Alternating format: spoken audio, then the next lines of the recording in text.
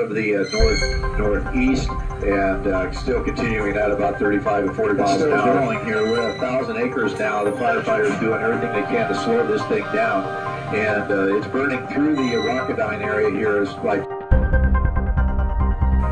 right now, this fire is still growing pretty quickly here. The wind is blowing. Shot of the night of the gantries that are left up here from the Rocketdyne testing are just fire all the way around them, and you have these large fuel cells, which you see right here, that they're depending on these old. Show you exactly where we're talking about and how serious this situation is. Now we're talking about Rocketdyne. Now Rocketdyne has been in Simi Valley for a long time, way back in the 40s or something, where they've done a lot of nuclear testing. And not only that, they've had a bad record, and everybody knows it.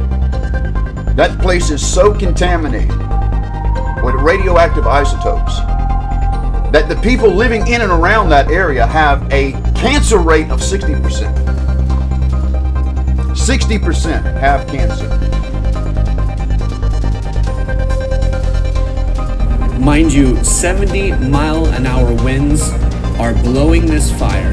70-mile-per-hour winds are blowing this fire throughout basically Southern California, Los Angeles area right now. And this is the reports that people are telling us. Experts say rumors of radioactive ash from Woolsey fire are unsubstantiated. So, of course, there's nothing to worry about. I'm absolutely livid. The corruption and the deceit, this is something out of a movie. This is something absolutely out of some kind of crazy super action movie or something like that, and it's not a movie. There are children who already have cancer from just living next to this thing, and now this thing is on fire. This silo, this place where they were doing testing from all the way back in the 1940s, now is ablaze, and all the plants, all the water, all the grass, all these buildings that have radioactive material basically soaked into them has now turned into nuclear ash.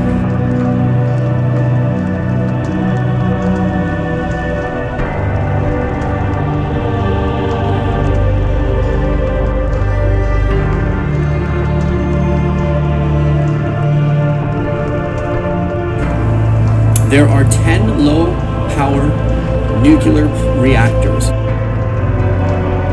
that had accidents during its time of actual operation.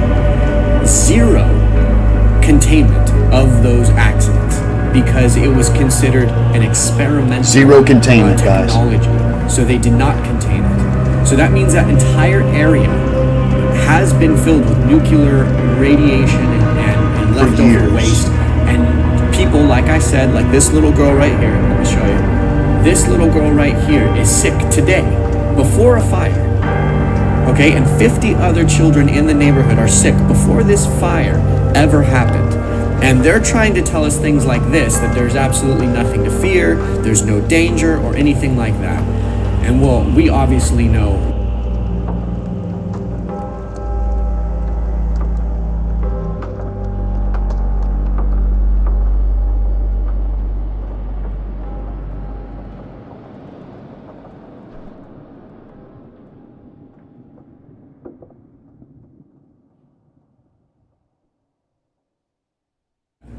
In the Southern California area specifically, just say if you know anybody in Southern California, you may want to tell them that the air and the ash is now radioactive.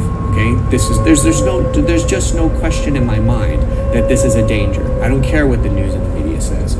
So I am asking you for your help.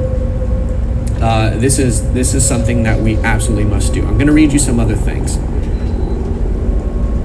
Thousands of gallons of carcinogen TCE were dumped on these rocket stands. So I'm going to show you the rocket stand I'm talking about. This is one of the rocket stands. Thousands of gallons of carcinogenic TCE, okay, were dumped on these.